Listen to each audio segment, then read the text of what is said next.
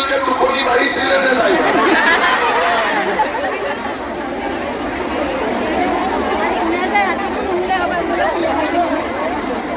ৰাতিপুৱা নাই ইয়াত মিটিঙত অহাৰ আগতে গা পাও ধুবলগীয়া হৈছে। ৰাতিপুৱা ঘৰত চাহ পানী খাই আহিছিলে নে নাই পোৱা? আচ্ছা, নিজে খোৱা নাই ঘৰৰ মানুহজনৰ কাৰণে চাহ একাপ ব্যৱস্থা কৰি আহিছে নে নাই? আমি নাই কৰা। আচ্ছা, চাহু গ'ল। এতিয়া ঘূৰি যাওঁতেতো আপোনালোকৰ 2-3টা বাজিব। দুপৰীয়াৰ ভাত কেনেকে হ'ব ঘৰত?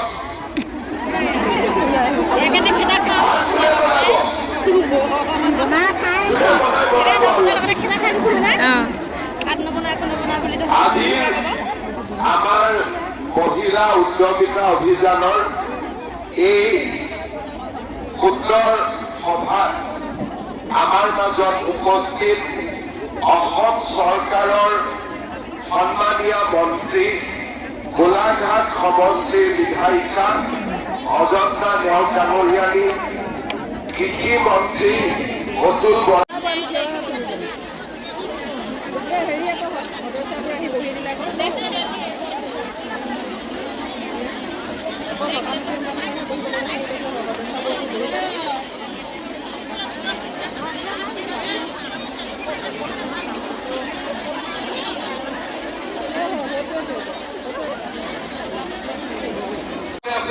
বৰষুণৰ সমষ্টিৰ জনপ্ৰিয় বিধায়ক বিশ্বজিৎ ফুকন ডাঙৰীয়া আৰু কেইবাগৰাকীও সমাজকৰ্মী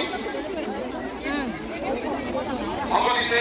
আন এগৰাকী অসম চৰকাৰৰ মন্ত্ৰী চৰ অতুল বৰা ডাঙৰীয়া,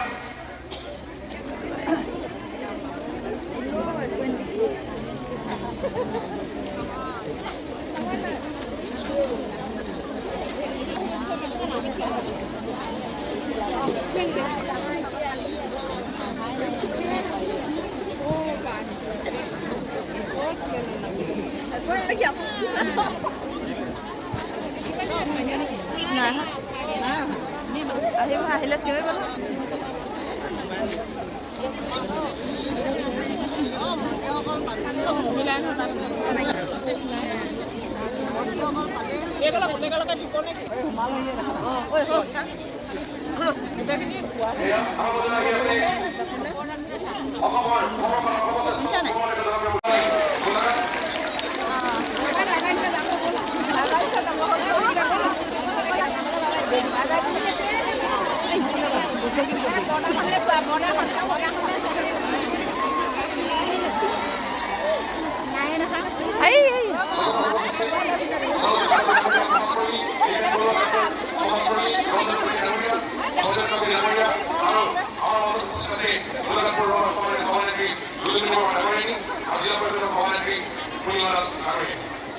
আমি প্ৰথমেই আমাৰ কৃষ্ণধাৰ ধন্যবাদ।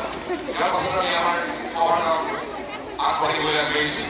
আমি জাতীয় সংগীতেৰে আজি সভাখন বৰ্ণনা কৰি সকলোকে জাতীয় সংগীতৰ প্ৰতি শ্ৰদ্ধা জনাই জীৱনৰ কাৰণে সহযোগ কৰিবলৈ আৰু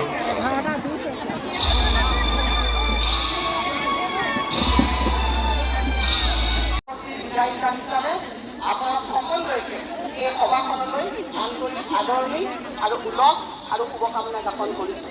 আজি আমাৰ মাজত গোটৰ সদস্যসকলক আশীষ দিবৰ কাৰণে আৰু ভৱিষ্যতে আত্মনিৰ্ভৰশীল এখন গোলাঘাট তৈয়াৰ কৰিবৰ কাৰণে অসমৰ মাননীয় মুখ্যমন্ত্ৰী ডাঙৰীয়া আহিছে।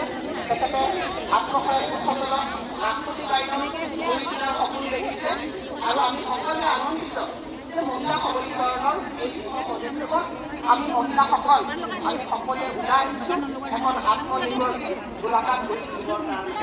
এই সুন্দৰ মুহূৰ্তত অসমৰ মুখ্যমন্ত্ৰী ডাঙৰীয়া আমি আশা কৰিছোঁ যে আগদিনীয়া প্ৰভুৱে তেখেতক আশীৰ্বাদ প্ৰদান কৰক আৰু দ্বিতীয়বাৰৰ কাৰণে পুনৰবাৰ অসমৰ মুখ্যমন্ত্ৰী হিচাপে প্ৰতিষ্ঠিত হৈ তেখেতে যাতে আমাৰ মহিলাসকলক নতুন উৎসাহেৰে আৰু সবল কৰে তাৰ কাৰণে বহু চৰণতো প্ৰাৰ্থনা জনাইছোঁ। ভাইসকল, আত্মসহায়ক গোটৰ যিটো বিপ্লৱ, অৰ্থনৈতিক বিপ্লৱ আপোনালোকে নিয়মিত যে আমি প্ৰত্যেকজন মহিলাই চৰকাৰৰ মুখ্যমন্ত্ৰী ডাঙৰীয়াৰ এই সদিচ্ছা উপহাৰ আমি গ্ৰহণ আমি কেৱল 35 কোটি টকা ভৱিষ্যতে আমি তাত মোৰ কিন্তু মাতটো অলপ ভাঙি আছে। কি কৈ আছে বাইদেউ?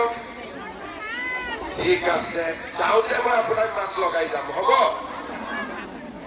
ৰাতিপুৱা কেইটা বজাত আহিছে? কেইটাত? 8টা বজাত। 6টা। পিছফালৰ সকল কেইটা বজাত আহিছে? এইফালে কেইটা বজাত আহিছে? বাপৰে। ঠিক আছে, মই এটা এটাকৈ সুধিম, 5টা বজাত কোনে কোনে আহিছে?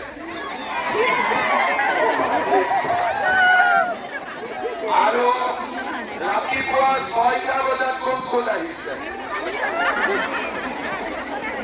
7টা বজাত? 7টা বহা মানুহ নাই আৰু। আজি মই এতিয়া গোলাঘাটততো সদায় আহো। আজি মই গোলাঘাটৰ ৰাস্তাত কোনো মানুহ মানে দেখিব মহিলা নায়েই, সকলো মহিলা ইয়াতে সোমাই আছে। পুৰা ৰাস্তাটোত কোনো মহিলাই নাই আজি। ইয়াতে কিমান মহিলা আছে আপোনালোকে আন্দাজ কৰিছেনে? কিমান আছে এটা আন্দাজ কৰকচোন আপোনালোকে। বাইদেৱে মোক ইখন লিষ্ট দিছে। আজি ইয়াতে প্ৰায় 37,000 মহিলা আমাৰ মিটিঙতে ইয়াত বহি আছে। ইমান মহিলা গোট খোৱা মিটিং আগতে গোলাঘাটত কেতিয়াও হোৱা নাই, মোৰ যিমান দূৰ মনত আছে। আপোনালোকে দেখিছিলে নেকি ইমান মহিলা একেলগে অহা মিটিং? আগতে কোনোবাই দেখিছিলে নেকি? নাই দেখা। তাৰমানে আজি আমাৰ মিটিংখন আপোনালোকে ইমানেই ভাল পাইছে যে মই অহা কথা আছিলে ৰাতিপুৱা 11টা বজাত আৰু আপোনালোক আহি গ'ল ৰাতিপুৱা 6টা বজাত। এতিয়া আৰু এটা কথা মোক ক'ব, কালি ৰাতি আপোনালোকে টোপনি মাৰিছিলে নে নাই?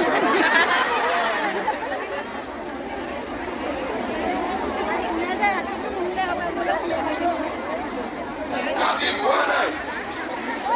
বাপৰে। ইয়াত মিটিঙত অহাৰ আগতে গা পাও ধুবলগীয়া হৈছে। ৰাতিপুৱা ঘৰত চাহ পানী খাই আহিছিলে নে নাই পা? আচ্ছা, নিজে খোৱা নাই? ঘৰৰ মানুহজনৰ কাৰণে চাহ কাৰণে ব্যৱস্থা কৰি আহিছে নে নাই? আমি নাই কৰা। আচ্ছা, চাহু গ'ল। এতিয়া ঘূৰি যাওঁতেতো আপোনালোকৰ 2টা-3টা বাজিব। দুপৰীয়াৰ ভাত কেনেকে হ'ব ঘৰত? ভাত কোনে বনাব?